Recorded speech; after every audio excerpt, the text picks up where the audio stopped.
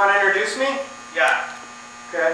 For those of you guys that don't know, Alec Kay is one of the owners of United Physical Therapy, premier physical therapy, 3 stores in town. He also instructs all over the country, teaching other PTs to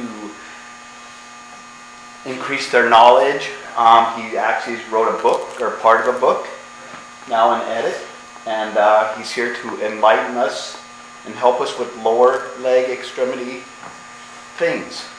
Wow. Thanks, Neil. Plan tonight is to get a grip on basic foot function and sort of differences in individuals.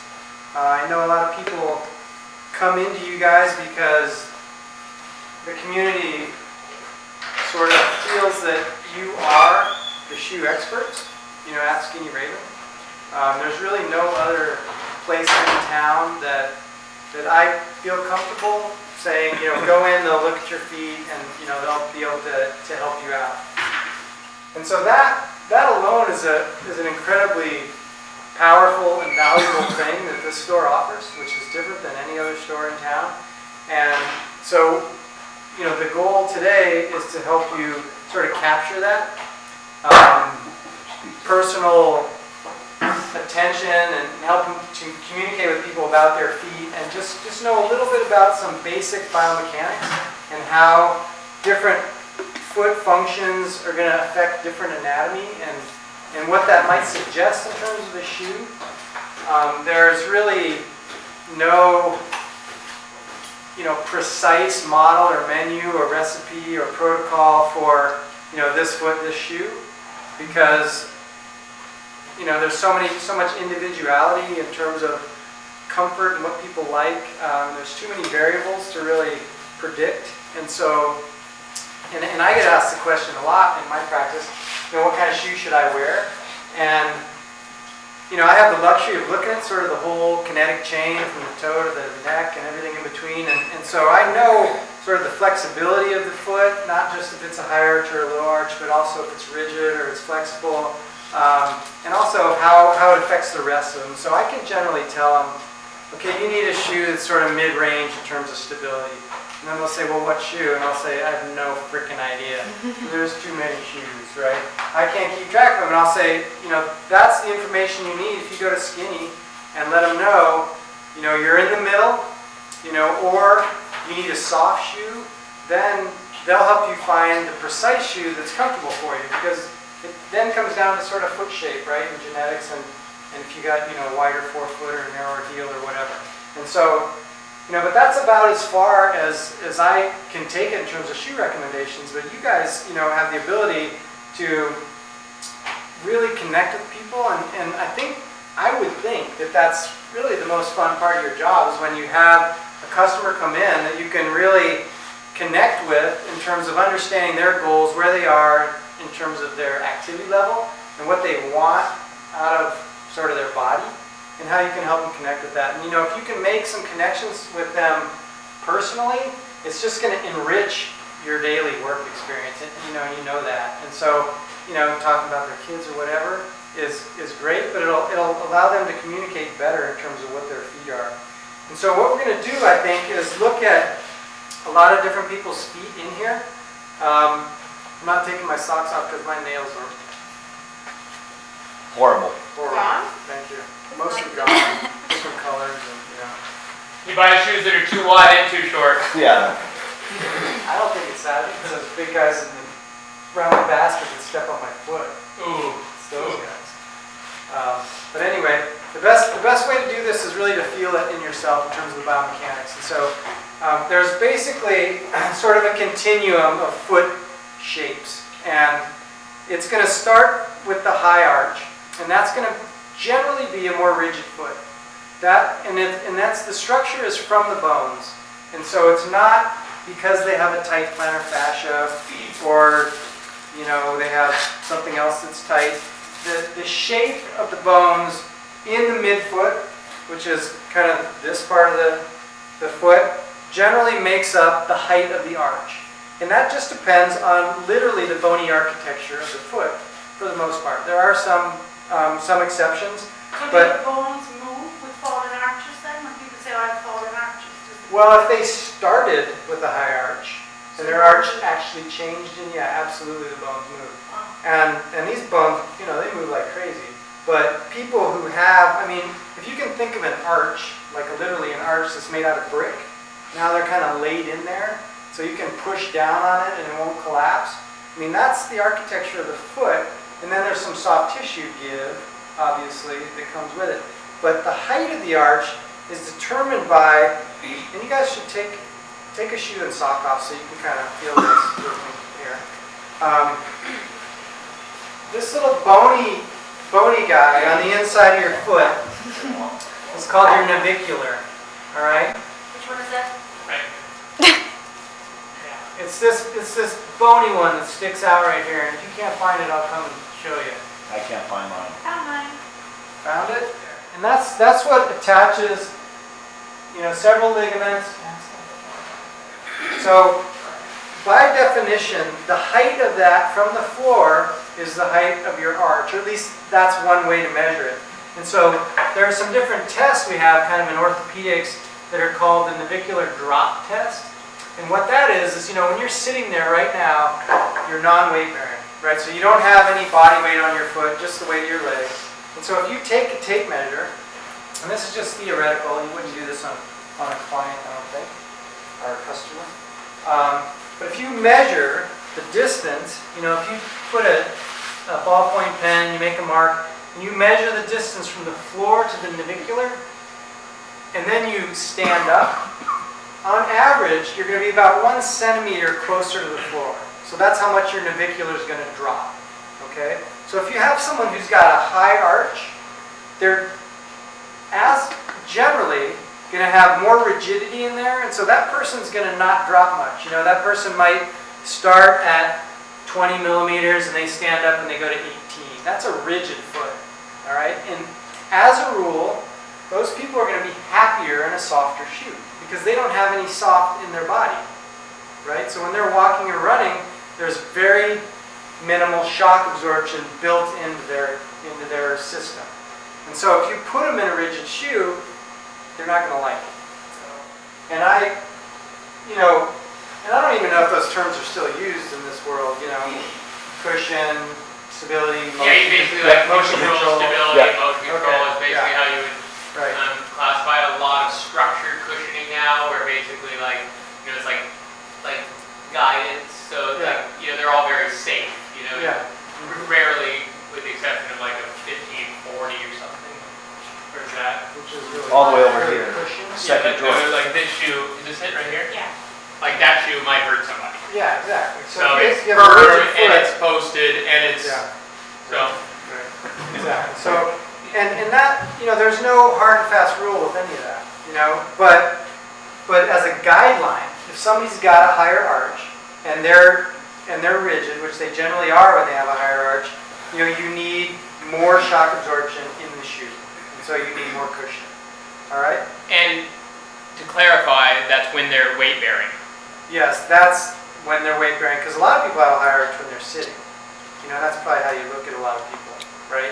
So if you just have them go from sit to stand, you're like in the upper 1% of shoe fitters in the world, right? Because you've done something that nobody else has done, which is look at their difference between when they're sitting and when they're standing, going into weight bearing. Like a Brannick is super helpful in that situation to see what they're, because a lot of people are like, I'm an 8. And then it's like, oh, well, you're right, when you're sitting right here, you measure it. I mean, you won't be confrontational, but yeah, you're right, you are an 8 when you stand, but when you stand, your foot's a 9.5. Look at that! Wow. Yeah, no, it's true. And so that's the way you have to evaluate people. So the other end of the spectrum is somebody who has a really flat, floppy foot. All right, so you may hear people talk about they pronate, they evert, that's another term for it, flat foot, it's all the same stuff. And that would be somebody who, you know, not necessarily when they're sitting, but when they're standing, you know, they pancake out. All right. Now, if they're sitting on the floor and their navicular is right near the floor already, and then they stand up and nothing really changes, they're not going to like a lot of structure in their shoe because they're flat and they're fairly rigid, right? And so they've probably already learned, you know, that along the way because someone said, oh, you have a flat foot, you should get an arch support. And they put those people hate that. You know, and I learned the hard way, you know, getting arch supports for those people. But if they have, you know, a normal looking foot and sitting and then they stand up and that navicular drops quite a bit and they flatten out, that means that, you know, if you put them in something really cushiony, that chances are they're going to overpronate and stress something. Okay? Now, I'm not going to by any means give you protocols because there's so much variability. And honestly, the way that they run, the technique that they run affects how they land and their impact a lot as well. And there's a lot of people with floppy, flat foot that have gone to minimalist shoes successfully if they've done it properly and enough time. So, you know, who are we to argue with those people if they're having success? So I look at it like sort of like just the Q&A of like, are they having problems? Are you having shin pain? Are you having, you know, knee pain? Are you having, if they've had no issues and they've been running in a neutral shoe or a minimalist shoe, like, don't fix what's not broken, right? Like, it's comfortable. They're happy. Like, fit for comfort. We said this the other night, but fit for comfort. Right. And address, what'd you say? Address gross bio. Oh, another buddy said it. Like, just you're really going to address. All you can hope in here is to address like gross biomechanical. Yeah. If somebody's asking for your help to do that. Yeah. Right. So if they're asking for your advice, which I think a lot of people do, right? Yep. Like they come in and they say, "What do you think I should wear?" You know, or "What do you recommend?" Yeah. So it's really important that you can kind of at least understand some of the vernacular and some of the terminology, you know, without trying to, you know, sound like a jackass and use too many big terms, but just to communicate with them it's really valuable. So let's look at some feet here. Actually, you probably need to take both shoes off so you're not uneven. And so not only one foot's cool. Right. Both of them, Yeah. both. Yeah. But this is, you know, this is great experience because you can see however many feet there are here and see the differences. And maybe we'll have a volunteer come and sit on this bench and we can look at their foot in sitting. All right. And so in sitting, it was Haley, right? Grace. Your feet, right? You don't have to touch them. Would you like to sit like that? No, I'm just going to be a football. All right. So I'm going to go ahead and feel their navicular, but you know, you would probably do this, I don't think. And go ahead and stand up. Good. And so there's a little bit of a drop. And so now you guys are shoe experts, right? And if you've been here a while, you know, don't say anything.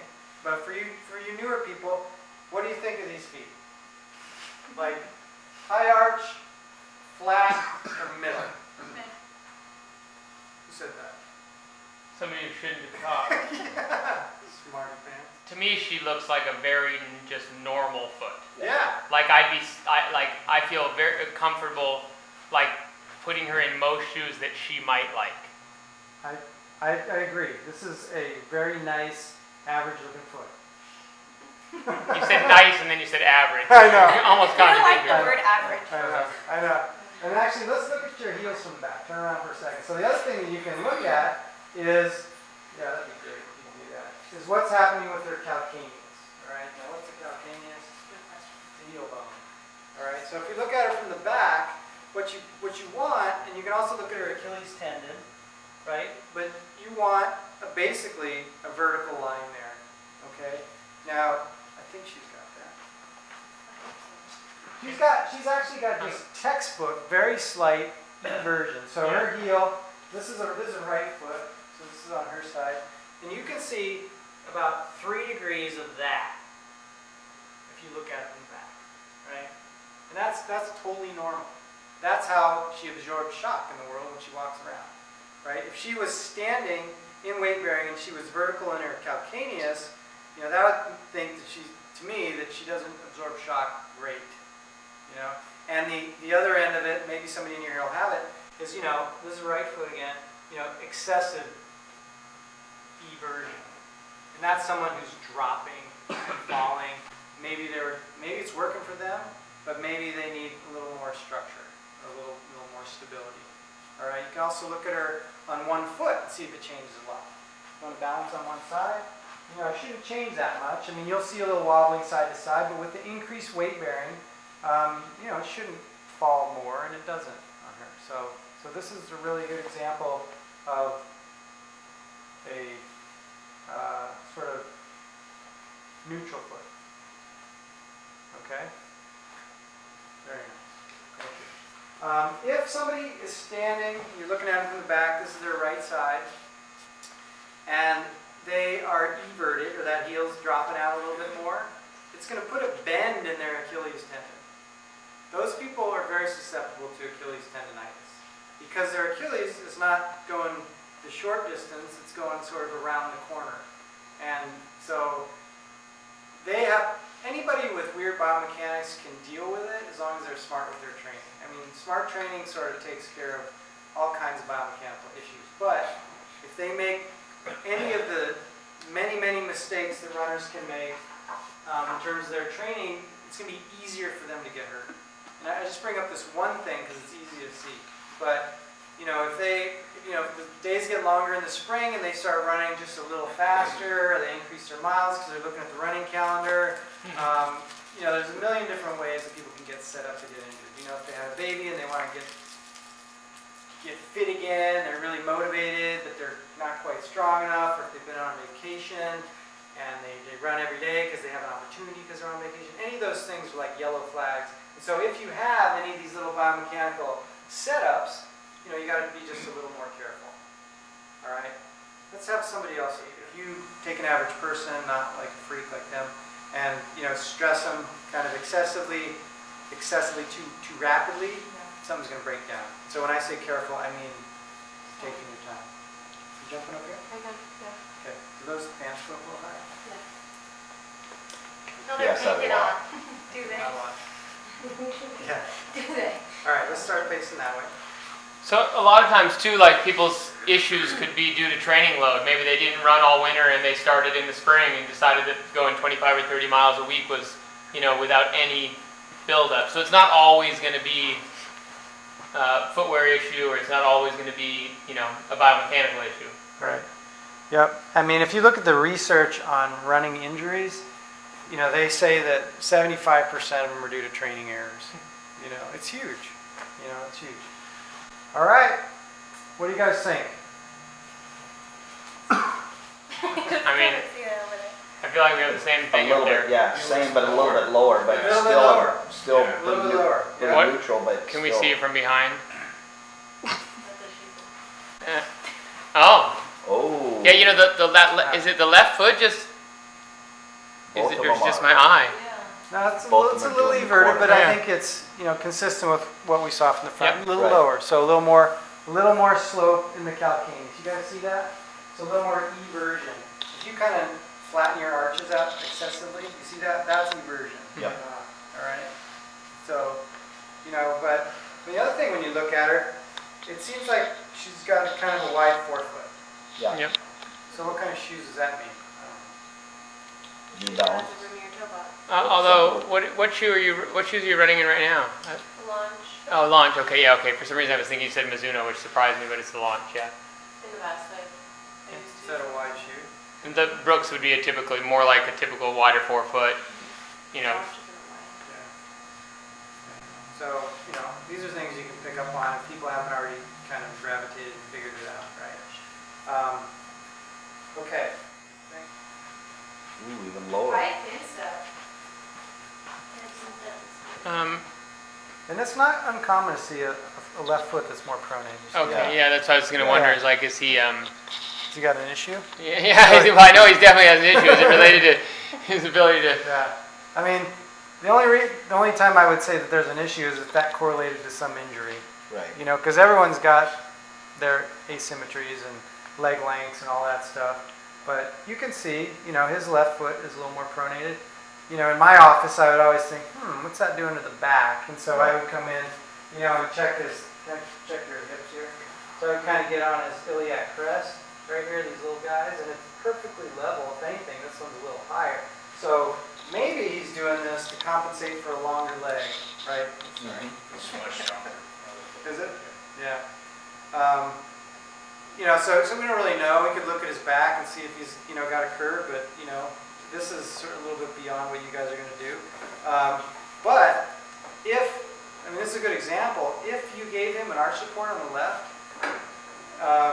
it would make his pelvis uneven. Yeah. Because it would make this leg longer, right? So you can't go and fix everything you see because, you don't know what's going to happen up above. All right, let's look at you from the back. Let's see if we can see the calcaneus difference. Got nice calves. They're okay. Strong calf. But he's got, Poor lady. he's got maybe a little more bend in this Achilles, maybe, because that one everts just a bit more. But, it's not obvious. You got to sort of convince yourself that's happening. And when you got to convince yourself, move on. Stay away from it. Yeah. Don't touch it with a 10-foot pole. Yeah. And we're not here to diagnose like leg length discrepancies or pelvic tilt. What are Like, you guys noticing from the front that I would like to know about? Really, it's arch height. Okay. It's arch height. Sort of globally, it's distance between. Go ahead and stand up for a second. It's like. oh. Now I that, knew you guys were going to say that. yeah, no, totally. Gone right down the hill, right? Yeah. That's awful. But you can see on her if you raise your arches a little bit, so that's what we're looking It's at. awful. Basically, it matters. I know, yeah. You absorb shock better than us. But I Oh. walk like this because I'm like You walk like that? overcompensating. I almost always turn my feet up because I know it's bad. But it's not bad. Did somebody make fun of you or in middle school or something? No, but I've been told forever. You're not supposed to ask those types of Yeah, questions. apparently, it's coming back to You me. just have It's a a bad baby. memory. so you see that from the front, Yeah. and from the back, you would see the calcaneus or the Achilles. Okay, turn around. Okay, turn around, and you've got to relax. Let it go. Yeah. It's okay. Yeah, it's okay. Just be yourself. Just Yeah. go in further. So you can see a little bit, and we'll get out of the measuring thing. We can get angles and stuff, but you can see it. You can see it. Is it fair to say, though, that she represents a very large percentage of the population? Absolutely. This So- is not pathology. No. Right, but for you to feel like that's like not normal, that is like a nearly normal foot in society. Right. But it actually brings up an interesting point. If you guys all stand up for a second.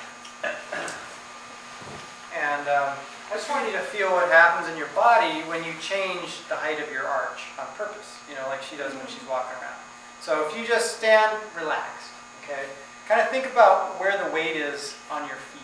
And think about, like your metatarsal heads. These guys are here, out here. You got your first one and your fifth one, like a little tripod. You got your calcaneus, you got the forward and back. And so think about when you're relaxed, if you can relax, is your weight distributed on those 3 points on a tripod? Most people, no. Yours are in. Both sides? Move on you. I feel like I do. Yeah. You guys got, a little flatter feet, but that's all right. Anybody else? Mine feel low. What else is perfect? When I lean out like this, like all my weight's right here. Right. And so try that, all right? So just real slightly kind of lift your arches, all right? Just lift your arches a little bit. Now what muscles do you feel doing that? Okay. Now think up your body. Gluteus. Yeah. 'Cause Clenching. Really We're all what you're clenching. doing, I'm like, your little intrinsic muscles in your foot, they can't lift your body weight. They really can't. Well, yours. But really what we do is we use our glutes primarily to rotate our femur out, which sort of drags our foot out. This is what Neil refers to as the big house, the glutes. Right? And so when you're walking on the sides of your feet, you're using your hip external rotators, your lateral rotators to do it for the most part, which isn't bad. And really what that means is, people can change the way their foot is depending on how they're using their muscles.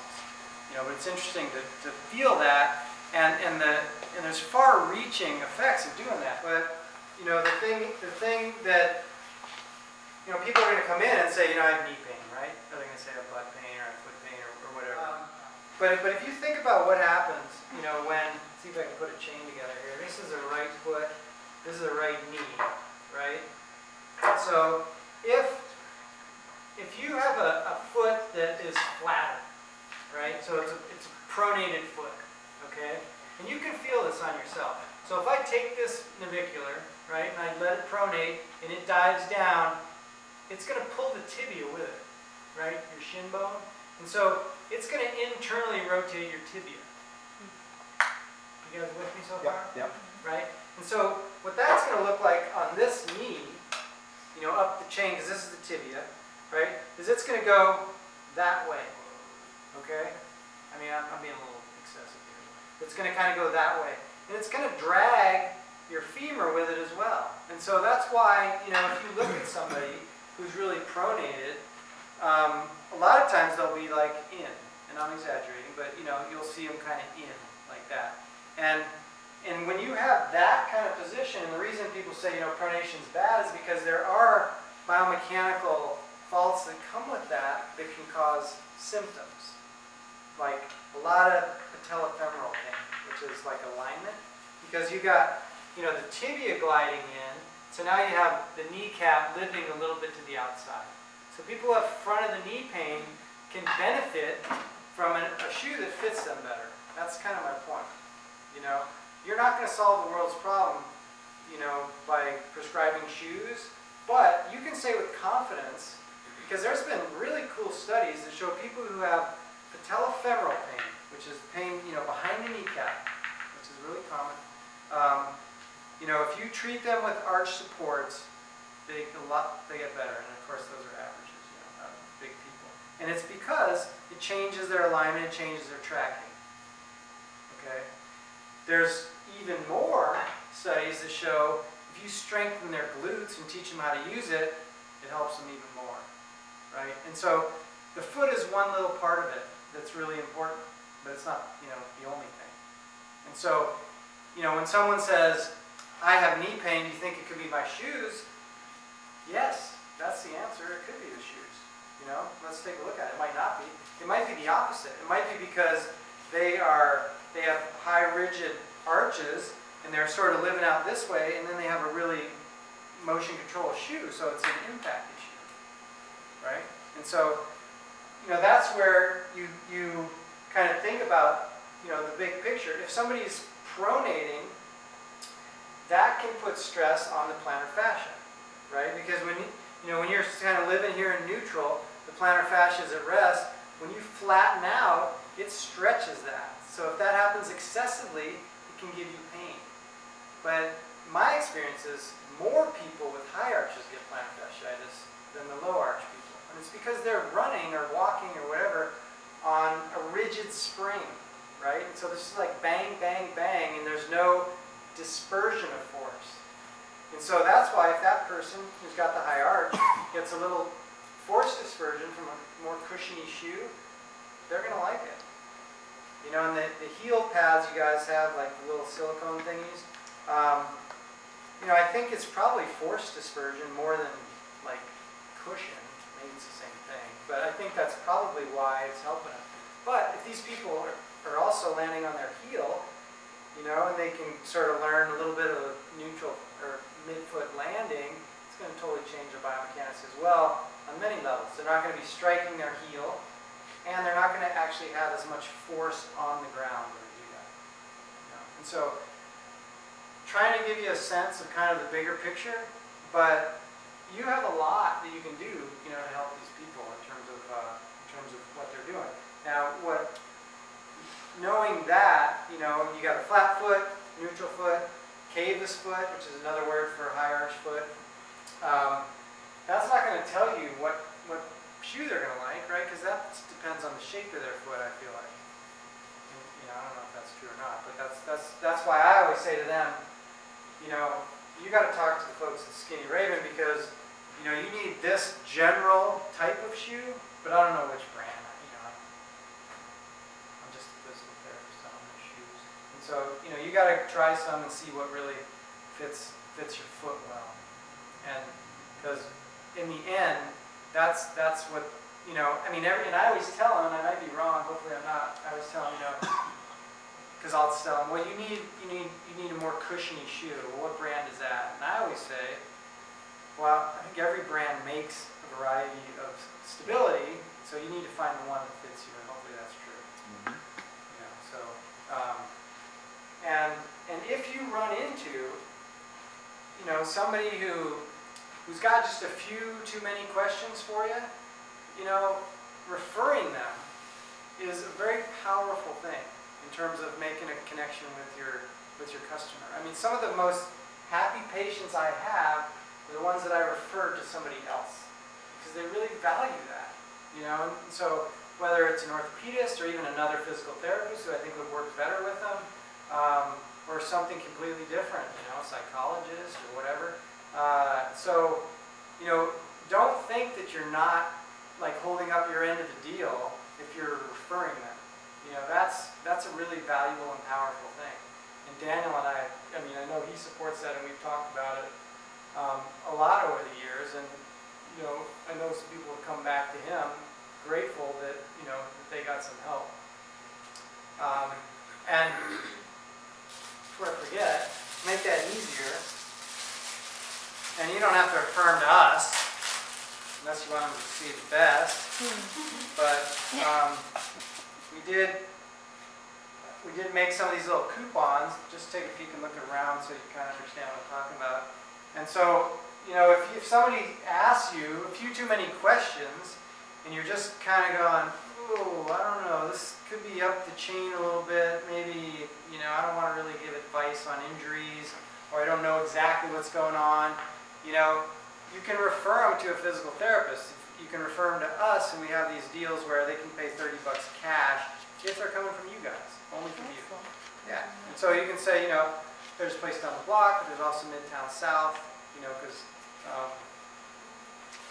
whatever's convenient for them. But this is a powerful thing, and it'll really. I mean, I always, you know, when I'm giving these kind of talks to physical therapists, you know, I always tell them, you know, if you're seeing people off the street, which we do, you know, everyone hasn't seen a doctor, you should be referring, you know, 10-20% of people who come in. You can't take care of everybody, you know, and so it's a powerful thing, and this will be just an easy way to do it.